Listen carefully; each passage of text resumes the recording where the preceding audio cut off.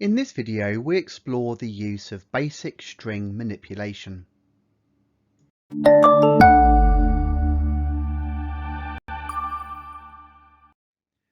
So, string manipulation is the act of manipulating, extracting, or changing the characters in a string variable. Let's have a look at a few real applications of where you might use this. So in our first example, let's consider an online form. So you can see here we've got a first name field and a last name field, and the user is of course able to type in their name in any format they like. They may just accidentally be slipping on a shift key or a caps lock. Here I've exaggerated the situation, but you can see the name Craig Sargent has been entered with a mixture of lower and uppercase characters. We may require internally that the first letter of each name is capital and the rest are then lowercase, regardless of how it's been typed in. So we would need to perform some string manipulation on the contents that have come in. We would need to extract the first letter from the entered strings and convert it to uppercase. We'd need to extract all the remaining letters from the strings, convert them to lowercase, and then join or concatenate the two parts back together again. In this example, we're looking at a typical search engine and considering something called text parsing. You might be used to being able to type in phrases such as 6 centimetres in inches, and then the result appearing on the screen. Well, 6 centimetre in inches would be a string, and the search engine would then have to parse this string and manipulate it to provide a sensible output. It would have to be able to extract the number 6 from the string, extract the character centimetres, extract the character inches, and then run some algorithm to understand what needs to be done. Consider the situation of a train ticket. In this example, train station names have to be abbreviated to a set number of characters so they can fit on a printed ticket. With long train station names, for example London Paddington, the string would need to be manipulated so we end up with London Paddingtn, and again this would be an example of string manipulation. So once again, let's focus this on the actual string manipulation commands that you're going to need to know and you could be expected to use in the Paper 2 on-screen exam. Now there's quite a few and we've summarised them on this slide and the next slide. So pause the video and take some notes here. And pause the video again and take some additional notes here. Okay, we're now going to step through these string manipulation commands and actually see how they work so you can get some practice.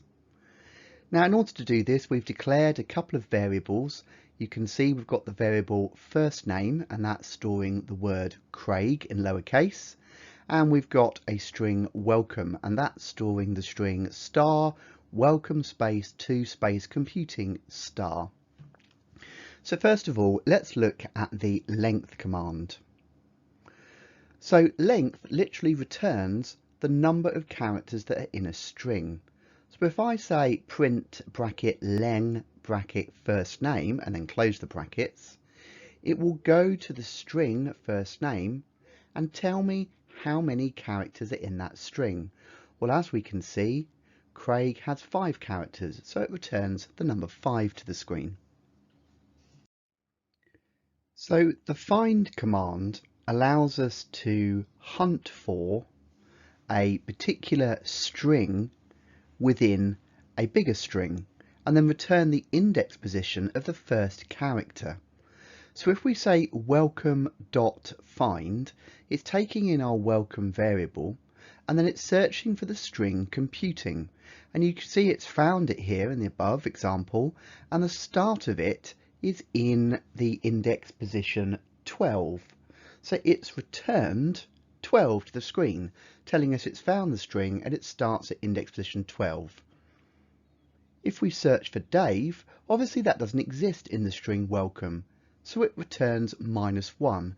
That's its way of telling us that the string could not be found. Now the command .index at first seems to do exactly the same as .find, that it finds a string within a bigger string and returns the index position of where it starts. Indeed, if we do welcome.indexComputing, it behaves exactly the same as welcome.findComputing, that it finds the string computing, it sees it started in index position 12, and it returns 12 to the screen. Where this differs from the .find command is if we can't find the string, instead of returning -1, instead we get an error. So here where we have welcome.indexDave, it's been unable to find Dave in the welcome string, and so it's returned this error, value error substring not found. Okay, now let's look at the string commands isalpha and isalnum.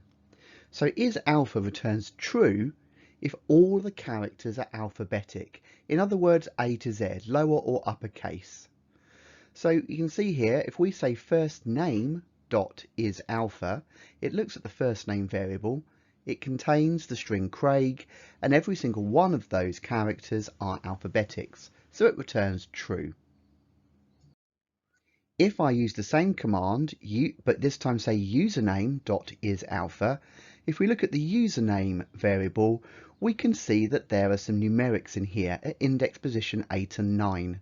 So all the characters in this variable are not alphabetics, so it returns false. Now let's look at isalnum. This returns true if all characters are alphabetic A to Z, or they can be digits 0 through 9. So if we look at passcode, passcode contains the very secure passcode 123456. Well, that contains all alphabetics or digits, so that's true. Username, which previously returned false, now returns true, because username.isalnum is saying, does username contain alphabetics or digits? Well, it does. Password.isalnum, however, will return false. And if we look at the contents of password, we can see it doesn't just contain alphabetics or digits. It's also containing some special characters or symbols. We've got the hash symbol at index 1, at 4, and a pound sign at 5. So that's why this has returned false. So now let's look at the difference between isdigit and isnumeric. So isdigit returns true if all characters are digits 0 to 9 and exponents are considered digits.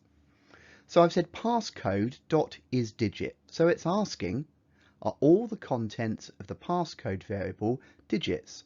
Well, they're 1, 2, 3, 4, 5 and 6, and you can see that is true. Now on first inspection, isnumeric seems to behave exactly the same as isdigit. It returns true if all characters are numeric 0 to 9, but in this case exponents and fractions are numeric. So we look at the contents of passcode and we can see they are all indeed numerics, they're 0 through 9, so again this returns true. Now we'll return to this in a second. Now let's look at how isdigit and isnumeric works on the variable fraction. Now both of these operators, isdigit and isnumeric, are designed to inspect the contents of strings. So we have stored here the Unicode character for the fractional string a half, and that's \u00 capital B capital D. Now, although you could actually enter this as a string in double quotes and assign it to the variable fraction, behind the scenes it will actually be stored as a single character, as you can be seen there in index position 0. So when I interrogate the fraction variable with .isdigit, is digit saying, are these the characters 0 to 9? Well, it's not, it's the character a half, so that returns false. Isnumeric, on the other hand, spots that the fraction character, a half, is indeed allowed.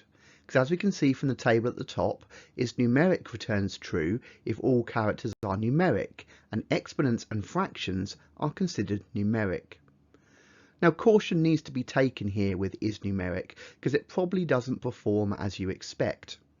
Most people would think that you could have a number such as 3.5 as a string and it would return true for isnumeric. It doesn't, it returns false. Okay, now let's move on to replace, split and strip. So we're going to start with the variable welcome here, which we used earlier, and that's asterisk welcome space 2 space computing asterisk. Replace will return the original string with all occurrences of S1 replaced with S2. So in our line of code, I'm saying welcome, so that's our string, and then we'll be telling it to replace any instance of the word computing with the word computer space science. And you can see the output to the screen, it's now got welcome space 2 space computer space science. So it's replaced the characters that were originally in index position 12 to 20 with computer space science and shifted the asterisk to the end of the variable. So the split command returns a list data structure, and the list data structure is made up of all the substrings from the original string where it uses char as a separator. So the variable we're going to use here is called names, and you can see on the screen the variable names is one long string Craig, Dave, Sam, Mark, Andy. When we say names.split, we tell it which character we want to split on. So you can see we've placed a comma within inside a set of double quotes. Now, if we print the output of that, you can see what we get on the screen is now a list where Craig, Dave, Sam, Mark and Andy have all been pulled out and split into separate items in the list. It split the original string at index positions 5, 10, 14 and 19 because that's where it found the commas. Strip simply returns the original string with all occurrences of character removed from the front and back. So if we say welcome.strip and then supply an asterisk in double quotes, you can see it takes the original string in welcome and it removes the asterisks in index positions 0 and 21 and prints to the screen welcome to computing without those asterisks. Now let's look at the last four, upper, lower and isupper and islower. So upper simply returns the original string all in uppercase. So first name dot upper will return the string Craig, which was originally in lowercase, you can see here, in uppercase. Likewise, dot lower will return the original string all in lowercase. So last name dot lower takes the last name string, which is Sergeant, which is stored in uppercase, but returns it and prints it to the screen in lowercase. Isupper returns true if all the characters are uppercase. So first name dot isupper returns false because all the characters in first name are not uppercase.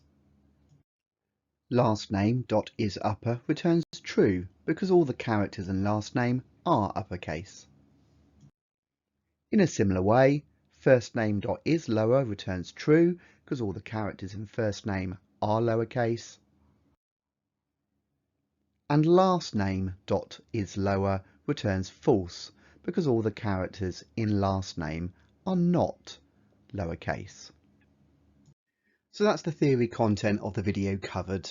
We're just going to spend a little bit of time talking about the programming language subset. If you've heard this before, you can skip the rest of this video. Otherwise, it's definitely worth a quick watch. So the exam board at EDEXCEL have released a document that they call the programming language subset, which you can see here on the right.